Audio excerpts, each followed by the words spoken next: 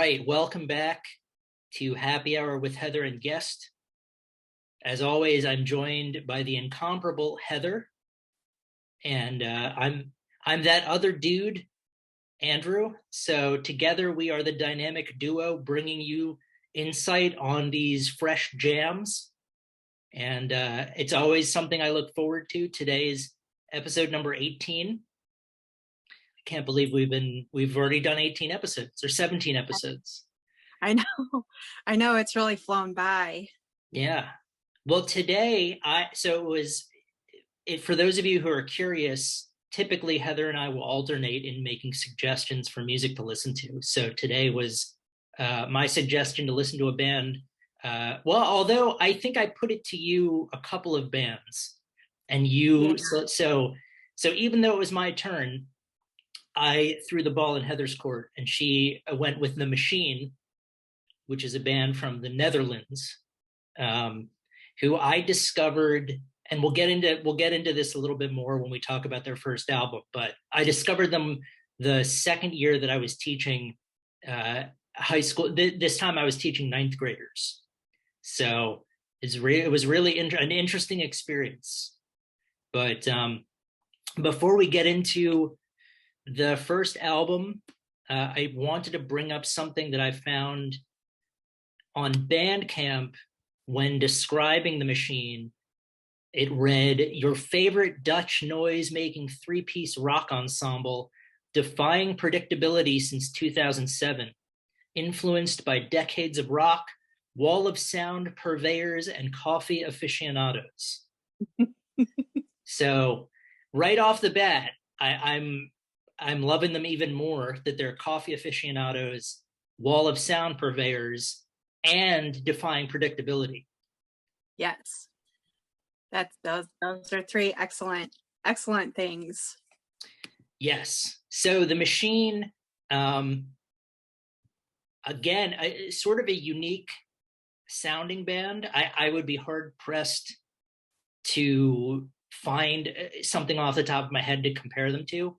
Like sometimes you can say, oh yeah, no, this band is, it's like, think about it sort of like, grunge light, or like Melvins meets, Soundgarden or something. But yeah, The Machine was unique. And I guess they're correct. They are my favorite noise-making three-piece ensemble. So yeah.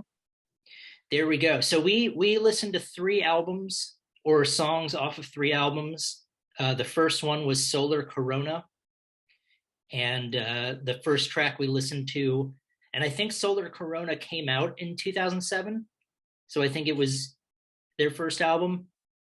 I had 2009.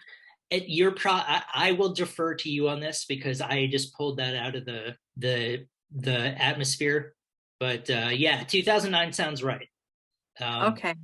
Solar Corona, and we listened to Infinite, which I said was psychedelic, spacey, jammy tone with a blues and jazzy tinge to it. I felt like I was just sort of chilling, like on a catamaran sailboat. Like that would be a song I would want to play. Like I'd have a boombox on the sailboat, which I know I probably shouldn't do, but I would have it anyway, and that's what would be playing as I just sailed through the ocean blue. And then I really enjoyed the soothing, harmonizing vocals. Yeah, I had groovy, psychedelic jam.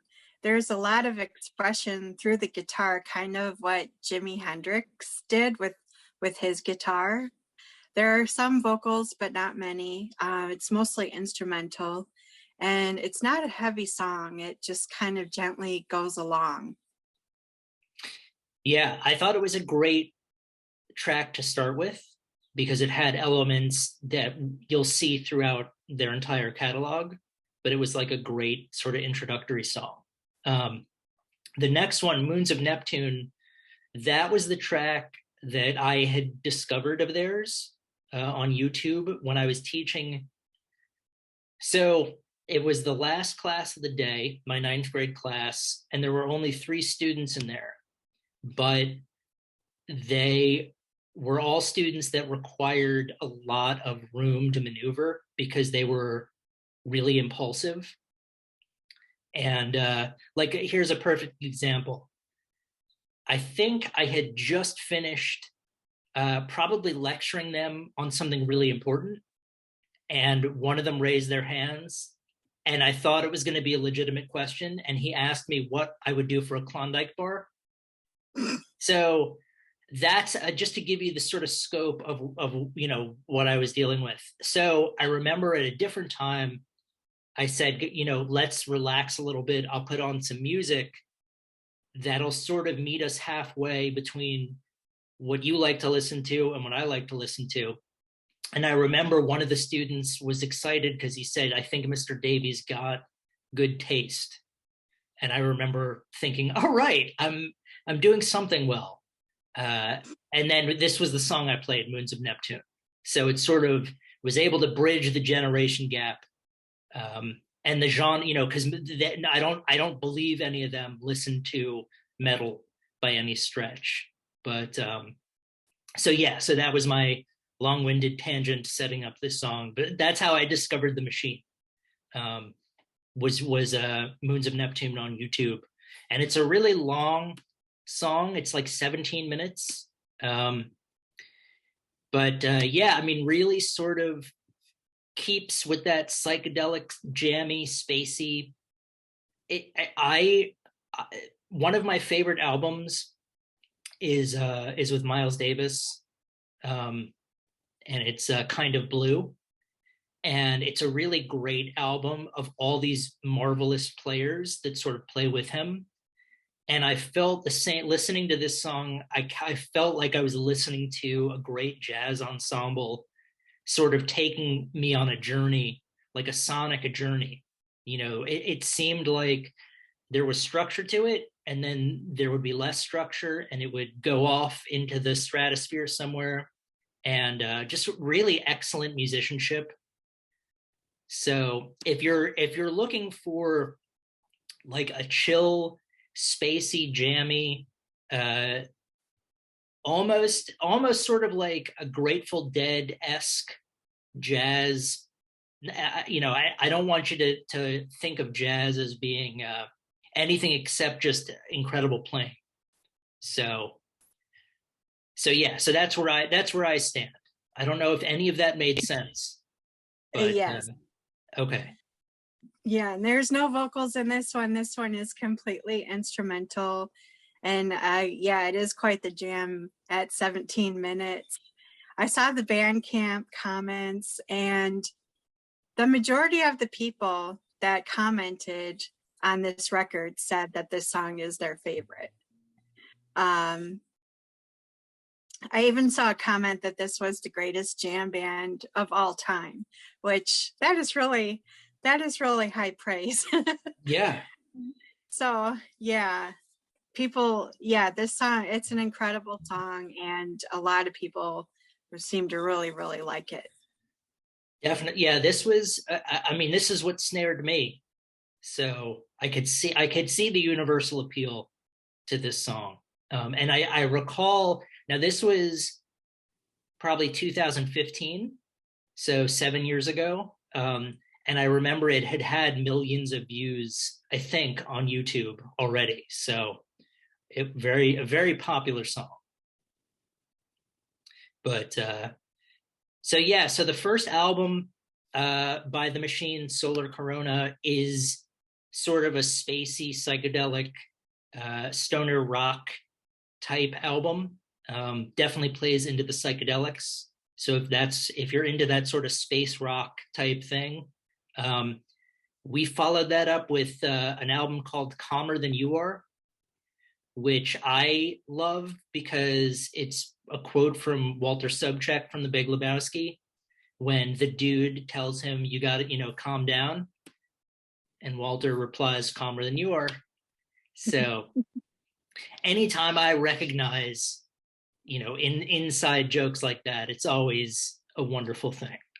So going into this, knowing what they were able to do with Solar Corona and combining it with Big Lebowski, I was ready to listen to this album. I'm not sure when it came out. I remember I got it. I knew that, I sort of researched it and was like, oh, they're coming out with new music. And I'm definitely going to make sure to listen to this. But you might know the 2012. Okay, 2012. There we go. Yeah, and we picked Scooch and Dog, the acronym Dog, DOG. And for Scooch, I said it was the same, like tonally similar to Solar Corona, but it leaned more towards rocking, like a hard rock sort of sound, but still very much in the space rock psychedelic ballpark. So they weren't reinventing the wheel necessarily, but they were leaning a little bit more toward, if it was on a spectrum between hard rock and space jammy, they were leaning more towards the hard rock side. Yeah, I love how trippy this song is. It's like, how high do you want to be? Just try to imagine that, and then, okay, we've got you covered. The guitar riff blew my mind, and the ending of the song builds and builds, and it gains energy like it's going to burst. And I just thought that was really awesome. Definitely. I liked how they sort of built more on the previous album. Like they didn't just sort of retread the same old stuff. They sort of like continued going in a different direction, or not necessarily a different direction, a similar direction, but they contributed to it. For Dog, I said it felt like, we're back in that movie analogy and the motorcycles are coming into town. And I said even the tone in the beginning sounded like a throttle being revved of a motorcycle, like when the guitar tone came in. And then I wrote it was a little faster and more hard rocking than previous installments. This felt like an anthem. Like I felt like I would be in the pit throwing my hand in the air, singing along with this. This seemed to have the most traditional song structure. And then all of a sudden it slows down and just becomes a spacey and psychedelic. And then you blast off, you're in the stratosphere, and then it goes back into the original structured song. So it was really cool sort of how they went full circle. Yeah, the song has a faster pace, and I thought the drumming was more prominent. It slows down a bit mid-song and has some space rock elements. I like that this song is a bit heavier too. Again, has a great ending with really fast stops and starts, and then the guitar just fades into emptiness. Well said. So for those in the machine, if you're listening, that's a great Heather's just chock full of pull quotes. Guitar that fades into emptiness. Yeah, I think it's nice that they are incorporating, like I had said before, they're not simply remaking the same album again, but they're adding things to it. And the last song we listened to off of Face Shift was called Kick It. What did I write? I said, immediate, like they're in a jam. I have no idea what that means. This song reminded me, there's another band called Earthless, which is another three-piece band that does mostly instrumental sort of jam type things. So this song reminded me of some of their other songs, which I love Earthless, so it was a great, but that was the only time so far that I've gotten an inkling that it sounds similar to something I'd heard already. But yeah, and then I said it was a traditional form with a non-traditional sound.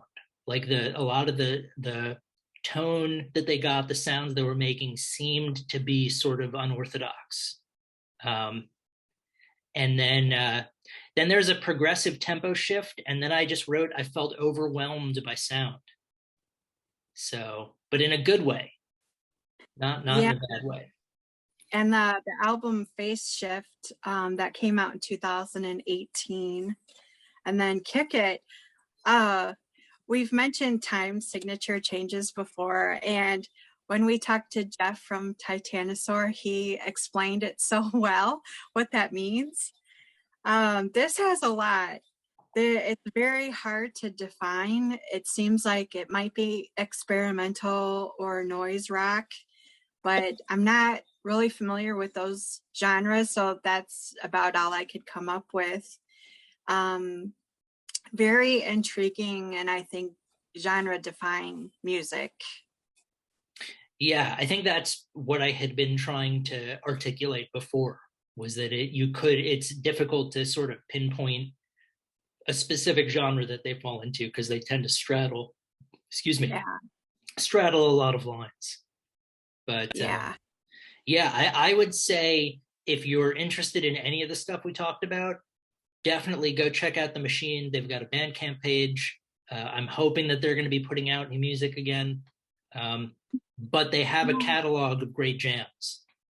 Yeah, So and I saw on one of their YouTube videos, I was looking through the comments, and I saw someone commented that they were gonna come out with a new album last year, but apparently that hasn't happened. So maybe it'll come out this year.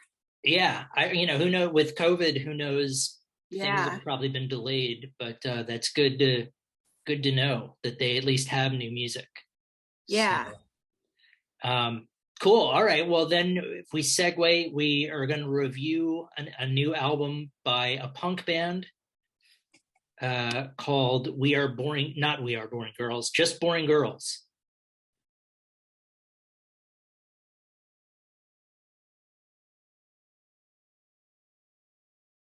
The band is Boring Girls, and the album, and forgive me for those of you out there, the album is called Fuck You So Much. So um That's a good Heather, punk name. yeah, absolutely. Yeah, I mean, if you were to distill down the essential punk album title, this would probably be it. Yeah, So yeah. what were your thoughts? Well, listening to this made me want to kick ass and take names. The songs are short and fast, very socially relevant. The names of the songs are really cool too. The whole album is about 11 minutes long. I feel like I should listen to it in my car before I go to work to get me pumped up and full of attitude. Yeah, I remember once listening to an interview with members of the band Slayer and talking about how their first album, or not their first album, but Rain and Blood was only like 28 minutes long. So they said what they liked was you could take, it would only fit, it would be like one, only the album would contain one side on both sides. So you'd listen to the whole album on one side, and then they said you could flip the record over and listen to the same, the album again. So this would be like, yeah, on the way to work, crank out all of Boring Girls, Fuck You So Much to get psyched up for the workday. Yeah. And yeah, no, I also they reminded me a lot of Black Flag in terms of the intensity that were in each song, and also the fact that they were incorporating other, like, over time Black Flag would incorporate other elements into their music. So there would be jazz influences you could hear, there would be doom influences. They incorporated a lot of what Saint Vitus did, since they were on the same label. So I noticed that within each of these songs, there would sometimes be elements I could recognize, which were really cool. Um, but yeah, I felt like they had the same sort of creativity and intensity that Black Flag had. Um, when they were putting out music back in the 80s, 70s, 80s. Um, but yeah, I would say if you're into uh, awesome, intense punk, go check out Boring Girls. And the most recent album is called Fuck You So Much, but they have other albums that are available. And then for part three,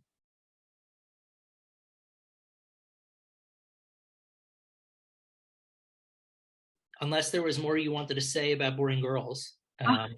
It just remind it just the title of the album just reminded me of saying "fuck you very much." Yeah, yeah. No, it works on a few different levels. Yeah. And it's a cool, it's an interesting. The album cover is essentially somebody shaking hands with a fish, like actually shaking the fish as if the fish were someone else's hand. So I'm sure you can read a lot into if that's a metaphor or an analogy for something. But yeah, I mean, I think we would both suggest checking out The Machine and Boring Girls. Their music for different occasions, certainly, but it's all excellent music. And then moving into my new favorite, well, not my new favorite segment, but one of my favorite segments, convincing Heather to listen to new music. Uh, I wanted to go with bands that have only put out one or two albums, but they're considered to be like landmark either albums or bands that would be really influential. So I went with the British band The Laws, who I think only put out one album, but they were really sort of influential in the rock and roll Britpop sort of scene. Like I think bands like Oasis sort of looked up to them and other bands of that ilk. Um, and then Joy Division, who was massively influential and continues to be, and then Slint, which is a little bit less well known of a band out of Kentucky. But I look at them sort of like the American version of Joy Division, like highly influential in that scene. Um, Great music, great musicians. So we kick things that you want to. Do you care about the order we talk about, or No. okay? So why don't we start with? We'll go to Britain. With I went with "There She Goes" by The Laws, which is probably their most well known and mainstream song. If you've heard it before, um, those of you out there listening or watching right now, you may have heard it in a music soundtrack at some point. There were a few years where that was kind of like a go-to. I know it's in So I Married an Axe Murderer, and I think it might be in a few other movies that came out sort of in the early 90s. Um, but yeah, what were your impressions on that? Well, I knew the song had been in movies, so I looked it up. It's been in 7 movies and 3 TV shows. Yeah. It's funny. It's such a sunny, upbeat song. And I looked it up on Wikipedia, and it says it could be about heroin or it could be about unrequited love. So pick your poison. Yeah, no, I knew, I too went down the Wikipedia rabbit hole previously, so I knew that the songs people suspected the song lyrics were about heroin, um, which has never been confirmed or denied by the songwriter, or unrequited love. Um, some people probably view them similarly, that heroin and unrequited love, are both dangerous. But yeah, it's a really sort of nice kind of poppy, uh, accessible song. Great vocals, great riff, great chord progressions, and I hope you enjoyed it. Yeah, I did. Yeah. Good, good. Okay, so that was probably the most mainstream of the songs that I had suggested for this, or at least the most accessible that would be played on, the radio. If we go to Joy Division next, we'll stay in Europe. But Joy Division, one of my favorite bands, just incredible to think that they were as young as they were and only released 2 albums. Tragically, their lead singer committed suicide right before they were about to embark on a US tour. So they only put out those 2 albums. Other members of the band formed another group called New Order, which those of you out there have probably heard a couple of their songs. And are still. New Order is an incredible band as well. But Joy Division has a special place for me just in terms of the music. One of my colleagues and I would oftentimes make each other laugh by singing Joy Division lyrics to try and cheer the other person up if it was a rough day at the same school where I discovered the machine.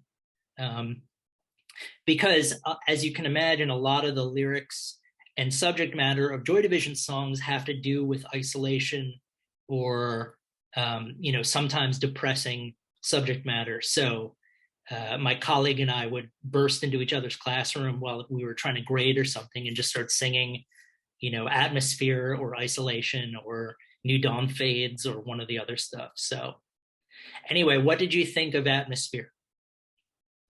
Well, I have to admit that I'm not really that familiar with Joy Division. The song I thought was a really beautiful song. Don't walk away in silence. The interpretation can be different based on different life experiences, but it's a deep and meaningful song. And I read a lot of the comments on YouTube. I like to go through and read the comments. A lot of people mentioned that this song makes them cry, that it has so much emotion into it. And he has this beautiful baritone voice. And a lot of people mentioned that this would be the song that they would play at their funeral, or that it was played at a funeral. I thought it was really beautiful. Yeah, I would recommend, if at some point, I'm hoping that you will check out some of these bands on your own. If you like any of this music and you like these bands, you'll check them out on their own. This is a band that I would push in the direction and nudge you and say you should check out their entire catalog, because it's real. I mean, it's really worthwhile. They are a unique band who just wrote a lot of really great songs. It's probably not, as you can imagine from Atmosphere, it's probably not going to be sentimental or uplifting. So, I don't want to say that that's the only case, because you may find that some of the songs that sound more melancholy are in fact uplifting, but they are a unique band, and definitely influential. So if I were going to put together a list, and maybe I will, I'll put together like a top 5 bands that you should explore. But Joy Division will definitely be there. And then Slint, I think I discovered them during the pandemic when I was living at my folks' place, and I would just fall down the rabbit hole of YouTube and just find, new stuff. And I remember there's a documentary about Slint that's on YouTube. And I remember watching it and thinking, wow, because I think they were all teenagers that grew up in Kentucky and got together and formed a band and played. And Steve Albini produced. So they've recorded 2 albums. And I think Steve Albini produced both of them. And he's a pretty well-known, he produced a lot of, he produced Nirvana's second album. And he's I guess in the Midwest. He was also in a band called Big Black, but when he was speaking highly of them, and then I watched the documentary, and I was like, oh, I need to check this band out because what they're doing is unique in the same regard that what Joy Division was doing was unique. And then I tried to think, okay, well, what song should we listen to? And Don a Man was a song that was sort of the first song that I personally was like, oh, this is a jam, because it's so like, this is unlike anything I've really heard before. From the vocal delivery being almost just a talk, like it's like the singer's talking to somebody, and then of course the song, I think, essentially is just about a guy who goes outside to go to the bathroom, and it begins with Don stepped outside, and then the rest of it, I think, is him just looking for a place to go to the bathroom. But before I finally put a cork in myself and stop talking, my favorite line is when the singer says, "A plane flew silently overhead." And I remember thinking, I don't think I've ever heard of a more depressing, unique,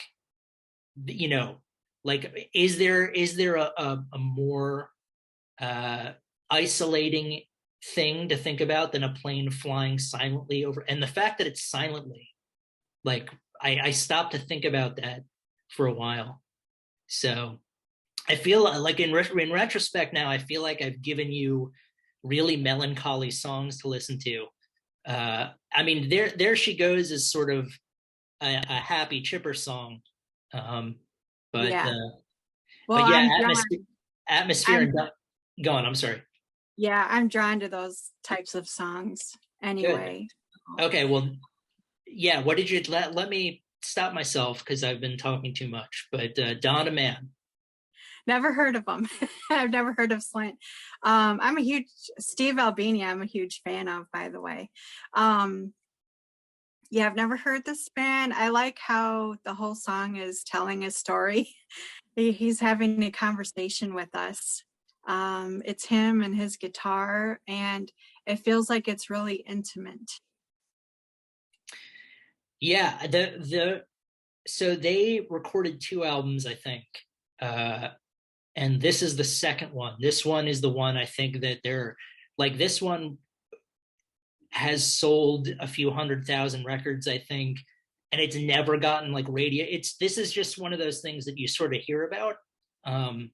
Like I did, probably you go down the YouTube rabbit hole and you discover it. I had not heard of Slint before.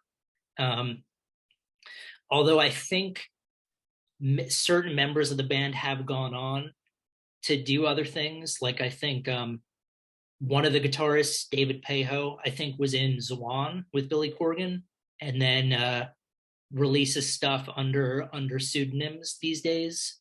And the drummer, I think, was also the drummer on the Breeders' first album, Pod.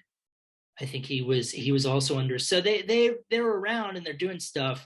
I think the most impressive thing was they broke up, and then I think a couple of years ago reunited to play like a festival, and they ended up playing their entire album, and like the album might be like 57 minutes long or something, and the entire live set was like 56 minutes and 30. They were only like 30 seconds off. Like they played every song in a row, the same.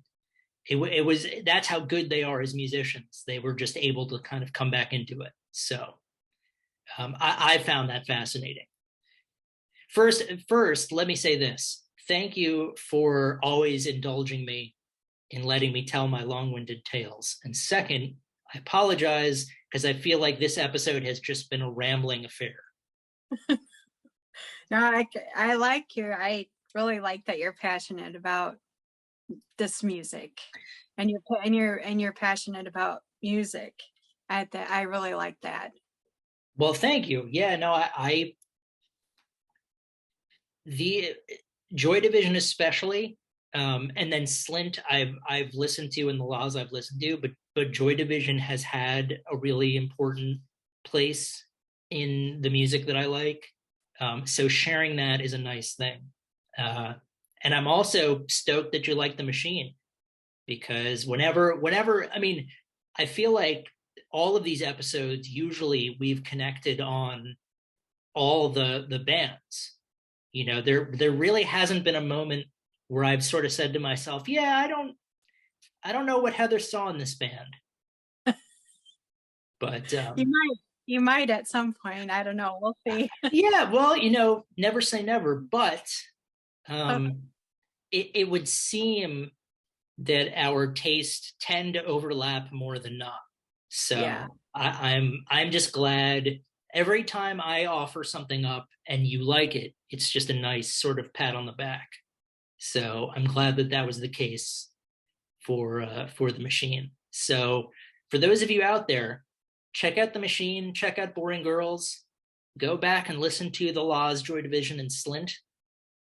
And I think I've definitely talked enough. I may not talk next episode. I may Oh, just, no. Yeah, no, don't make me carry a whole episode by well, myself. maybe I'll hold up like a sign or a note card or something. I don't know.